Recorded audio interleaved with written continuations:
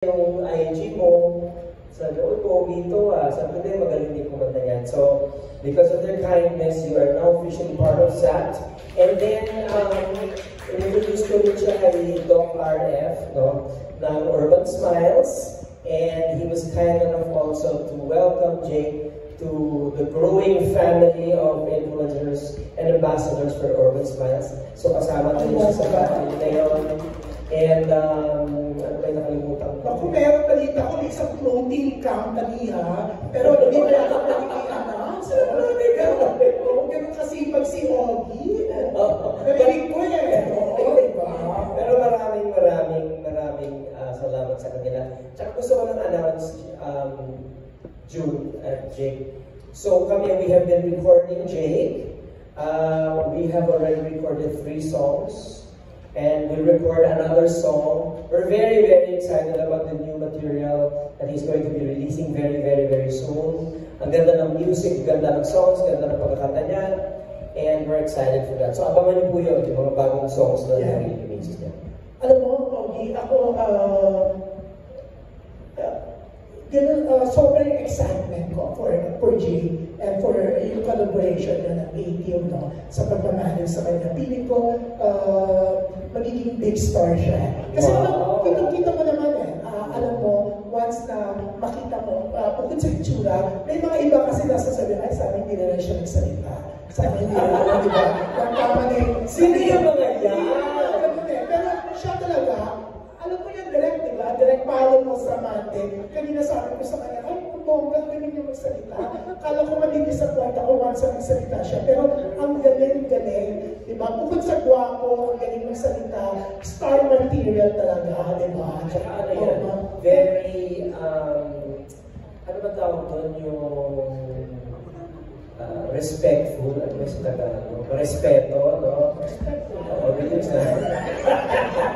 Marespeto.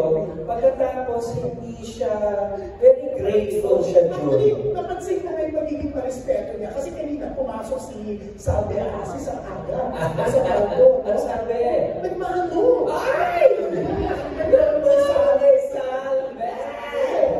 Sabi ko, magiging bagot. Ay, gano'n. Uy, teka muna, meron nagtatanong from Facebook, from Marife Pagador. What was your reaction dahil niyakap ng mga tao ang music at music video ninyo na hanggang dito na lang tayo? Well, yeah. So yung sa hanggang dito na lang ba tayo? First of all, I would really love to thank everyone na nag-stream sa YouTube and sa Spotify na hanggang dito lang ba tayo. At first, yung reaction ko when, of course, I was really thankful with Sir Ogie Alcacid when he told me na I want to cast you for my music video. So doon pa lang I'm already really, really thankful sa opportunity na binigay niya sa akin. So at first kasi nung ni-reveal yung music video, I'm the person siguro na hindi kilala. So nung na-release yung music video, everyone was like, oh, ang ganda ni Colette, ang galing ni Colette, ang galing ni Sir Ogie. So ako parang hindi ako masyadong napapansin. But then, after a few days nung nag-attend ako sa album launch ni Colette, doon ko talaga na ramdaman yung pagmamahal ng tao. Kasi nung nakita nila ako, dami ko nakita edits ko sa X, sa TikTok, yung parang hindi ko na malayan because during that day, yung goal ko nung talaga is to go to Colette's album launch and to support her. But then again, yung tao, iba yung nakita sa akin. So, after nun, mas lalong lumakas yung streams sa music video and sa Spotify ni Sir Ogie. And thank you din po. That's why I'm really thankful din po ako kasi napansin din po ako. So, I'm really, really grateful po. Yan. Ang ganda yung mga questions na pinapadala sa Facebook ni Ogie Alcacid na 18, no? Pero eto, marami rin nagte-text sa akin kanina. Si Jojo Gabinete, nanonood siya. Kasi may mga ibang press na ka-online nanonood sa akin sa online. June, how old are you daw? Si Colette daw nanonood. Hello! Hi, Colette! Thank you, Colette, sa support mo always. Thank you so much. Ang bongga ni Colette, di ba? Yeah, super mabait. Lagi pag nasa Tagaytay ako, pinapatronize Ibang Colette business nila. Hindi ba kanya yung buhay? Hindi ba yun? Ano ba yun? Buko pie. Buko pie. Ibang kulit yun. Ibang kulit pala yun. Ang kulit. Ay. Hindi, eto, may mga iba pa rin pa. How old are you daw? Sabi ni Jojo Gabinete. I'm turning 29 na po this year, so I'm 28. 28. Yes. Si Sir Ogie, ha? Is turning 40. Yes. Turning 40 was Sir Ogie this 27. year.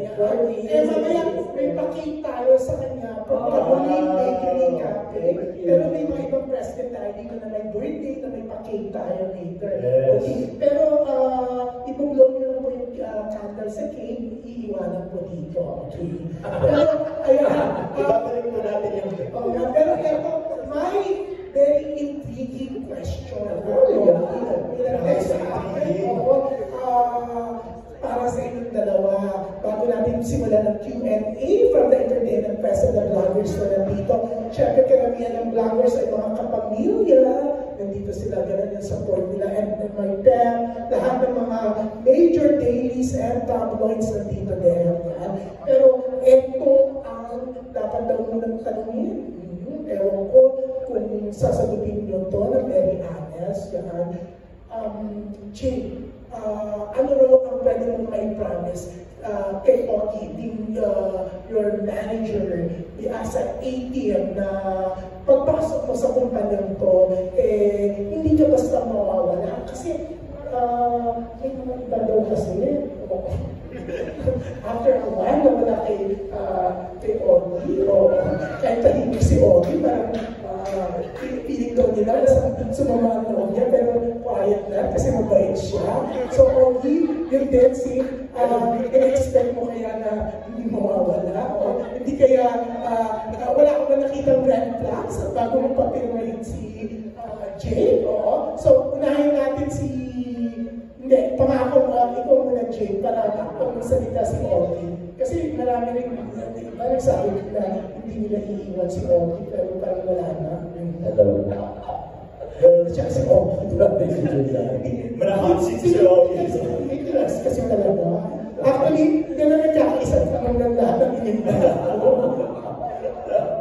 Yun yung biggest question Si today. Jay, although mabait si Jay, pero syempre hindi ako sure na nagmabait-bait. Pinaplastic ko lang po kayo lahat. Pero yun, at least cute ka. Pero yan, Jay. Well, to be honest po, 3 years na po ako dito sa Manila. Pumunta, kasi I'm originally from Iloilo talaga. So I've been doing live streaming that time, and someone told me to go to Manila kasi if I want to become, artista, to become a singer, Manila is the place for opportunities for that. So I've been here in Manila for 3 years now, and then of course I faced a lot of rejections talaga. Paano ka nire-reject? Uy, pero alam mo, Ogie, kanina, hindi siya maiyak habang kausap ko. Sabi ko, Richard, na sa press ko. Kaya ko po siya inaalala. Ito na yung siya. Scripted po to, pero ito na lang. Tanggalin yun na. Pero kanina, parang kanina kasi parang may mga ka ba? Hugot. Hugot, may mga disappointment ka ba at first sa iyong career, kaya ganun na lang yung, kanina kasi parang, hindi ka maiyak ka na nakakausap kita. Yung parang sobrang kasiyahan mo na isang Ogie Alcacid na tiwala sa'yo, na pinush ka ng isang Regine Velasquez. Yes. Actually, it's really unexpected. So in terms of rejection po kasi, we go to auditions, hindi ka binabalikan, feeling mo ikaw na, hindi pa rin pala. Like, everything is an almost. You're almost there, but you're not good enough to be there. Kumbaga. So parang, natamaan talaga yung confidence ko na parang, di ba ako magaling? Parang, pangit ba ako? Kapalit pa rin ba ako ba? Di ba lang? Bakit pinapakasa ka na? Oo, parang gano'n. So parang, I've been trying my hardest, my best every single time, pero parang, it's always not enough. Kumbaga. So that's a reason why, nung hindi ka tinawagan ni Ogie na ilang buwan, nagduda ka. Yes, and actually, nasa process na ako sa pag-move on. Kasi sa dami ng rejection usually kasi if ever you go to auditions, ganyan, babalikan ka within a week. Pinakamatagal niya siguro, 1 week, 2 weeks, gano'n, babalikan ka. Pero yun, yung kay Sir Ogie nga, sobrang natagalan siya. So, andun na ako sa moment na parang, I'm already trying to move on, get over it, moving on with my life, gano'n. Malay mo naman, gano'n din kasi siya, medyo takot siya kasi baka may mga nagpaasa din sa kanya. Baka siguro gano'n nga yung nangyari. Pero at least, ang buong nagkataon, nagkatakbo kayo, mukhang swak kayo, eto, Yes. may kontrata ka na sa A-team, ang daming plano sa iyo, Sir Ogie, di ba? Yes. So hindi ka na basta pinapaasa na. Yes. And I'm really happy with Sir Ogie kasi si Sir Ogie, never akong nanghingi sa kanya, never akong nag-request sa kanya, pero siya mismo yung kusang nagbibigay. Like, siya yung nagsasabi na, Jake, pakilala kita kay ganito, pakilala kita kay ganyan, gusto mo ba ng ganito, gusto mo ba ganyan, happy ka ba? I just feel special pagdating sa akin. So, it's not something na I'll take for granted. And dumating kasi ako sa point sa dami ng rejections na natanggap ko before na sabi ko, yung susunod na titiwala sa akin, itataya ko yung buhay ko para sa kanya. Wow! Oh my gosh! So, very, like, emotional siya. Alam ko, emotional ka rin sa ibang talents mo. Diba? Pero yan, Ogie, isang narinig mo, ako parang naiiyak ako sa kanya. Kasi parang sa dito ko, kanina muntik siyang naiiyak, ako kausap ko, tinigil ko talaga. Pero tingnan mo dito ang guwapo mo, kita mo. Alam mo, sisikat talaga. Pero Ogie, yung narinig mo, nakakit siya. Kasi ilang buwan, hindi mo siya nakakit, diba? Pero alam mo, dahil ikaw ay naging pasensyoso at nag-intay, magandang senyales yun. Kasi hindi naman pwede mangyari yung isang bagay sa isang iglap. Diba? Kukunin ka na agad. Maraming mga kaganapan, no? Hindi naman ka pinapahintay doon. Sadya lang ang dami kong ganap. But at the same time, I was also trying to weigh things, diba? Gaano ka kadisiplido talaga maging artista? Ang dami gusto maging artista, ang dami gusto maging singer. Sa panahon ngayon, hindi tulad ng panahon namin, panahon namin ni June, masaya kami nun di ba? Walang pressure, walang stress. But now, being a singer, being a performer, ang daming kaakibat na pressure. And so I wanted to know just how much he wanted to put into the job. Gaano ba siya ka-dedicated. At the same time, hindi ko naman alam kung ano yung background niya. Hindi kita kilala, di ba? It turns out, he has actually been managed by another group. And they're here today. Yes! Ayan, nandiyan po sila. Kasama natin mga taga-Mercator. Siyempre, may modeling career din kasi si Modeling career. diba? Siyempre, sila yung nakatusok doon. So we spoke to them and we had a meeting that we were interested in managing his singing career and his acting career as well. And so we could collaborate with each other to parang makamit kay Jake yung mga dreams. Alam nyo, simula nung naging OPM president ako, yan ang gusto kong gawin. Tumulong. So, linawin na natin kasi baka akalain. Kasi before pala marami rin nag-OPM sa kanya. Promise. OPM ni Ogie ay organisasyon ng mga Pilipinong mga hindi yung promise niya. Hindi siya mahilig mga But you know, everything, manager, talent, relationships, maraming hindi nagtatagal eh. It's always a fit. One example na talagang nagtagal is my relationship with my manager. Si Leo is now in heaven, di ba? Wala kaming kontrata ni Leo. Usap lang. Si June ay saksi. June has been my publicist since the very beginning. Hanggang si Leo ay, kinuha na ni Lord, siya pa rin yung naging manager ko. At ngayon, yung second in command niya, si Ray Lanyada, is now my current manager. So that is an example of a lasting relationship, that goes beyond friendship, goes beyond business, goes beyond everything. course, my hope is that ganyan din ang mangyari sa atin. Yes, sir. You know? Mahirap sabihin na yes ngayon, no? But because it's something that we all work on, we both work on. And our dream is for your dreams to come true, diba? And ako ay 58 na. And Akala ko 40. But if ever there is someone who I can help to reach their dreams, I will do everything for that person so that mangyari. Because, you know, in my case, God has been so kind to me and my family and my career. I want someone else to be helped by that. And yun yung gusto kong i-assure sa iyo. Andito kami, andyan si Direk Pao, andyan ang buong A-team, andyan si June, andyan ang Mercator, and nandito ang press. Nandito ang press.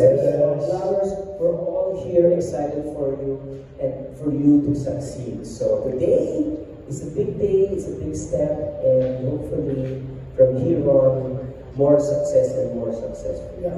Not just for me, for us all. For us. Nakakatuwa for us. Yan, pang-ako yan, diba?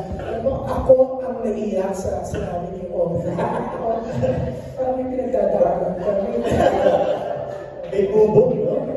Ayaw mo lang magpatawa kasi baka sabihin ni Jake, hindi ako yung seryoso. Ano ba yung bubog ko? Baka mayroong iwan sa mapapangako bang hindi ko basta iiwan ng 80 at si Ovi? Kaya may naalala ko niya. Sino ba yan? Baka mamaya mag-ibang matapunan ng issue nyo. Sabi ko nga everything is a fit. Nothing is everlasting. Nothing is forever, diba? And gano'n talaga ang negosyo natin. The end of the day, pag nakikita tayong lahat, magkakaibigan pa rin tayo. Di ba, June? Di ba, June? Alam mo, Jake, sinabi niya na kanina, kita mo, dati ng manager, nag-end sila kasi wala na si, ako din yung publicist ni Leo, best friend kami, magkaibigan nila. So, dapat till death, yung aspire. Yes. Okay na. Pwede naman mo makasal. Manager. Bata ka pa ako. Saka bawal pa daw. Hindi ko talaga naman Pero ako, very positive ako. Natutuwa ako.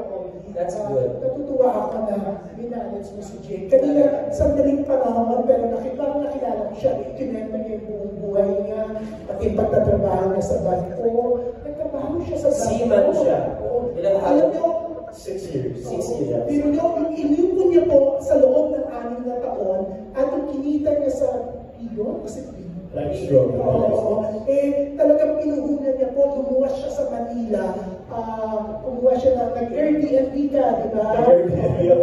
Imastos po talaga siya para subukan ang show business. And ngayon, a bit more, aside from Mercator, talent na rin po siya ng 80 ni Ogie Alcacid. Kaya alam ko yung pakiramdam, ang sarap-sarap, di ba? Super.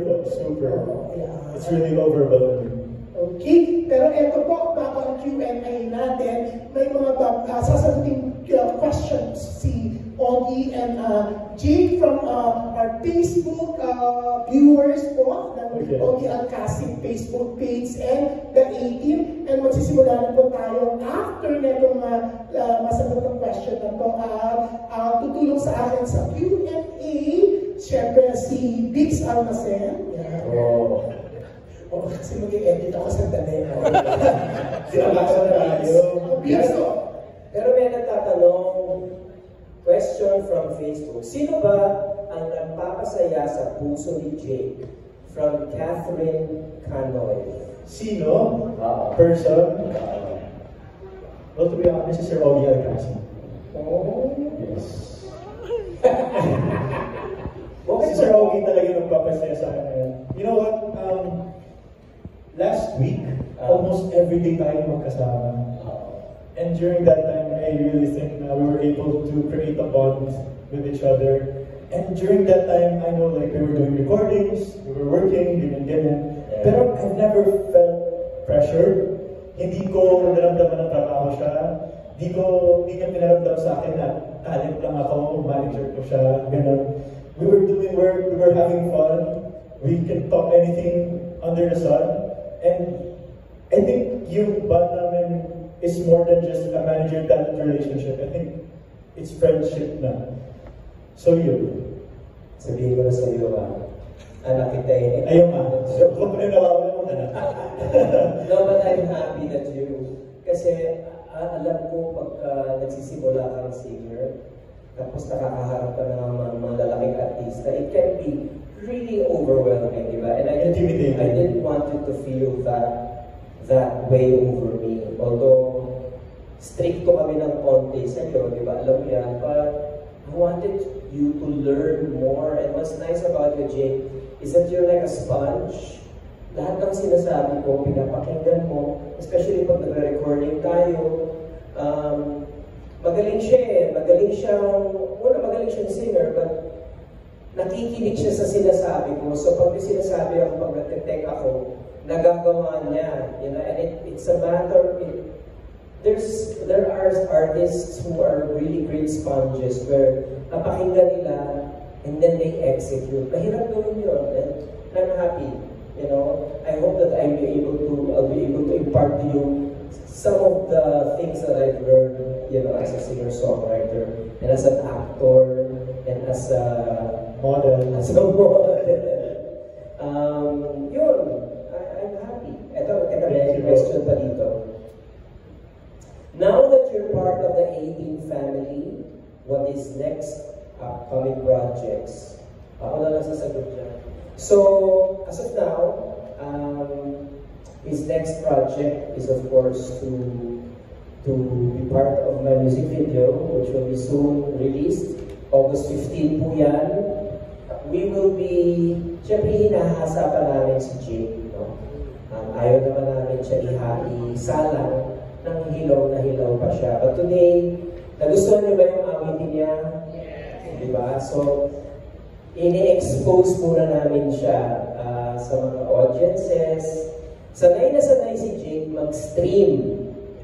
Yan ang ano niya, expertise niya. But I want him to also venture into live performances. Kaya sinasalang muna namin siya bago namin siya isalang sa mga malalaking project. Soon also we'll be releasing about 4 songs successively, no? Na-record na yung 3, meron pa siya pina-record na isa. And these are songs that we're very, very excited about. These are songs that pag pinaparinig ko sa kanya, yung nai-excite siya na nagugustuhan niya agad.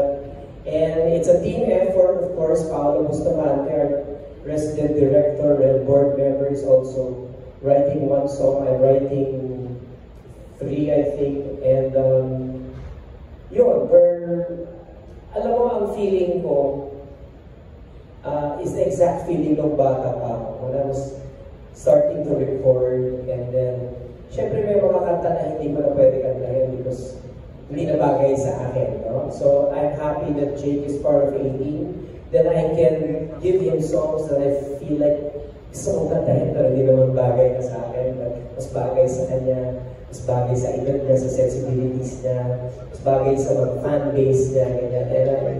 And I'm very, very excited about that. So, yun, abangan niyo po yun. So, for now, yun muna. And as I mentioned earlier, he's part of ZAPT already. He's a sister company of Bello Medical Group. And Urban Smiles is also already getting done. And yun, baka may questions po tayo sa FB. Yes, may mga tanong. Dito ka na. Dito ka na. Sila nabitaw mo yung mga friends. Sige. Kasi actually, nakakamilig sila na. Una ko siya nakita sa music video na hanggang dito lang Bataan. Nakakatalig sila ni Colette.